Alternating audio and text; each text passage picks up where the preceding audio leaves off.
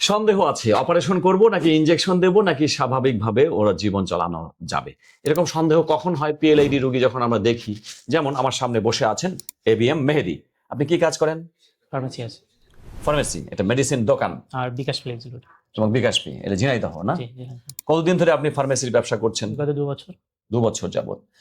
ওকে, এনা যেটা ঘটনা হয়েছে, কেন আমরা সন্দেহের মধ্যে আছি দেখেন। আমাকে এমআরআই অনুযায়ী বলতে হয় অপারেশন মাস্ট, কারণ এমআরআইতে আমরা দেখলাম, আমরা এমআরআই দেখাচ্ছি, এমআরআইতে দেখলাম যে এই যে ডিস্ক কালো, এই যে ডিস্ক কালো এবং পিছনে গিয়ে নিচের দিকে ঝুলে আছে ডিস্ক। তার মানে এই ক্ষেত্রে এনার অপারেশন মাস্ট হওয়ার কথা। কিন্তু আমরা যদি বিচার করি লক্ষণ দিয়ে এবং সময় দিয়ে, উনি মাত্র 40 দিন আগে থেকে এই সমস্যাটা, তাই না? জি স্যার। আর লক্ষণটা কিরকম? যেমন বাম পায়ের দিকে আপনি বলছেন যে ব্যথা, ঝিঝি, অবশ, ভার, জ্বালা পোড়া কিচ্ছু যায় না? কি এখন যায়? বিগত 15 দিন আমার এরকম কোনো সমস্যা হচ্ছে না। এখন কিছুই নাই? কোমরে আমি ব্যথা একটু অনুভব করি। আগে আমি রুকু একদমই করতে পারতাম না, নিচু হতে পারতাম না। এখন না, প্রথম 100% থেকে তো হয় না। পারবেনও না, কিন্তু এখন কি অবস্থা? এখন 80% রুকু করতে পারি আমি। পারেন? জি। না, সেটা রুকু কথা বাদ। আমি বলতে চাচ্ছি এখন কি আপনি ইয়ে করতে পারেন, মানে মানে মানে পায়ের দিকে ঝিঝি, অবশ এগুলো আছে? ঝিঝি আমি মানে জ্বালা এটা পোড়া, সমস্যা ঝিঝি? হচ্ছে কি, আমি যখন থেকে শুনছি এরকম সমস্যা, আমার একটু মানসিক সমস্যা আছে। যেটা যেটা মনে হয় সেটা হয়। আজ 2 দিন আমি একটু ভাবছি বেশি এটা নিয়ে। আমার এখন মনে হচ্ছে যে ঝিঝি করছে অনেকক্ষণ বসে থাকলে। তার মানে অনেকক্ষণ লক্ষণ শুয়ে কিন্তু থাকলে। বেশি নাই যতটা এমআরআইতে।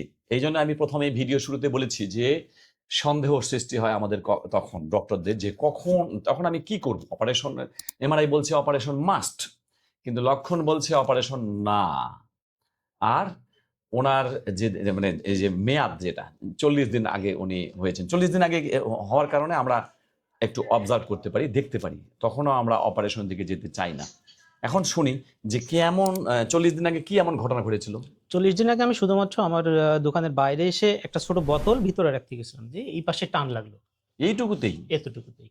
তারপরে এ থেকে অসম্ভব যন্ত্রণা, আমি দাঁড়াতেও পারছি না, বসতে একটা বোতল নিচে রাখতে গেছেন, তাতেই ছোট এই বোতল, ঘটনা? 1 লিটারের বোতল, আর কিচ্ছু না, শুধু একটু মোচড় লাগা মতো হলো, মনে হলো যে সেটাই টান লেগেছে, এইটাই। Just আর তো কিচ্ছু অবাক না। ঘটনা এটা, আমার কাছে অবাক। তারপরে আমি কি হলো? এই জন্য আমি মেনে নিতে পারছি না। হ্যাঁ, এতদিন। তারপরে কি হলো? তারপরে সিরিয়াস তখন? তখন সিরিয়াস মানে আমি কেউ ধরেও রাখতে পারছে না আমার। ওরে বাপ! তারপরে এত ভর্তি সমস্যা। হয়েছিলেন? ভর্তি হইনি তখন, কিন্তু আমি বাসায়? বাসায় গেলাম, বাসায় যে একটু রেস্ট করার পর কিছুটা কমবে। তখন আমি হসপিটালে যাই, যে এক্স-রে করি, এক্স-রে করার পরে ওনারা বলছে আমার মাংসপেশিতে টান লেগেছে, তাই সমস্যা। পরে তখন এমআরআই করলেন? পরে এমআরআই আরো পরে। পরে করলেন, আচ্ছা। পরে এমআরআই তখন করার আমি পরে কি বললেন ডাক্তাররা? নাই, এমআরআই করার পরে ডাক্তার আমার এমআরআই দেখে বলছে আপনার কোনো অপশন নেই, আপনার কোনো ট্রিটমেন্ট আমার কাছে নেই, আপনার অপারেশন করতেই হবে, অপারেশন মাস্ট। মাস্ট করাই লাগবে। তারপরে আপনি কি করলেন?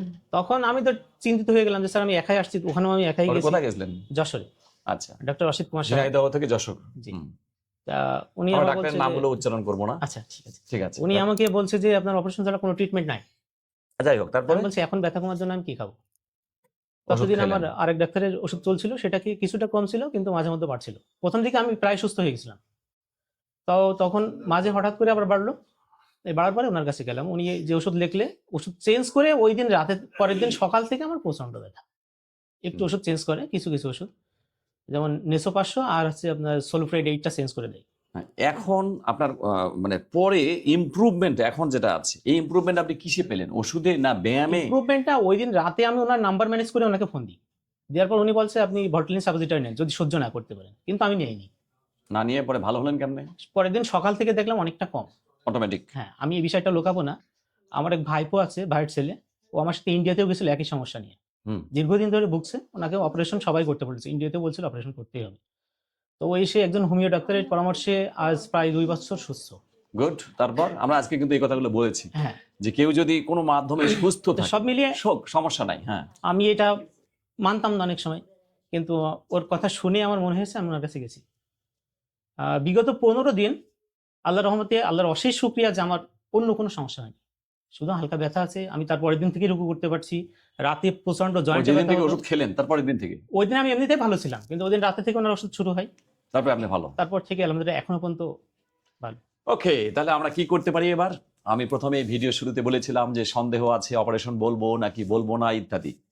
এবার আমাদের ফাইনাল সিদ্ধান্ত এসে গেছে।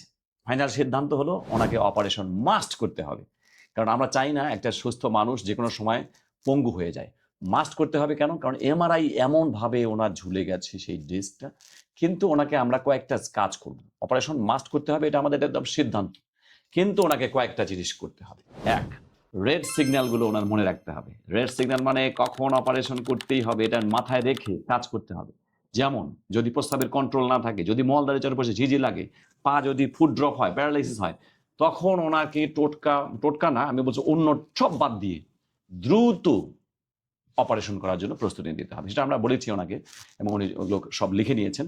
এবং সেই সময় যদি কোনো কারণে দেরি করে, ২৪ ঘন্টা, ৪৮ ঘন্টা, ৭২ ঘন্টা মোটামুটি টাইম যদি এর পরে আসে, জীবনেও আর ভালো হবে না।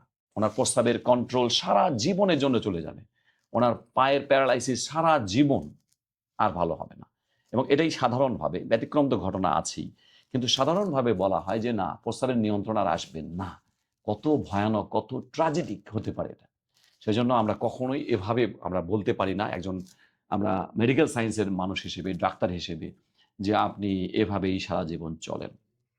আমরা ওনাকে ওই রেড সিগন্যালগুলো বলে রাখবো যে এরকম হলে আসবেন। আপাতত আমরা ওনার ইনজেকশনও দেব না। অপারেশনের প্ল্যানটা শুধু লিখে রাখবো।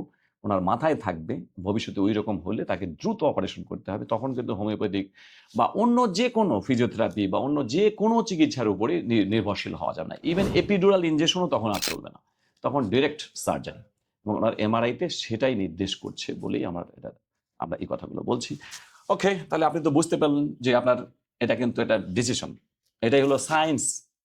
আমরা তো এমনি এমনি কিছু কথা বলতে পারি না যে না ঠিক আছে, আচ্ছা ঠিক আছে, আচ্ছা ঠিক আছে।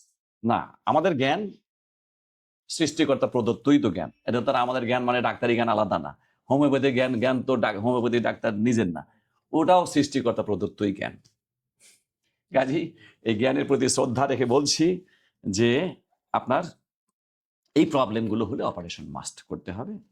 আপাতত আপনি থাকেন, কোনো ইনজেকশন নয়, আমাদের গাইডলাইনগুলো ফলো করলে উনি ভালো হয়ে যাবে ইনশাল্লাহ। ওকে।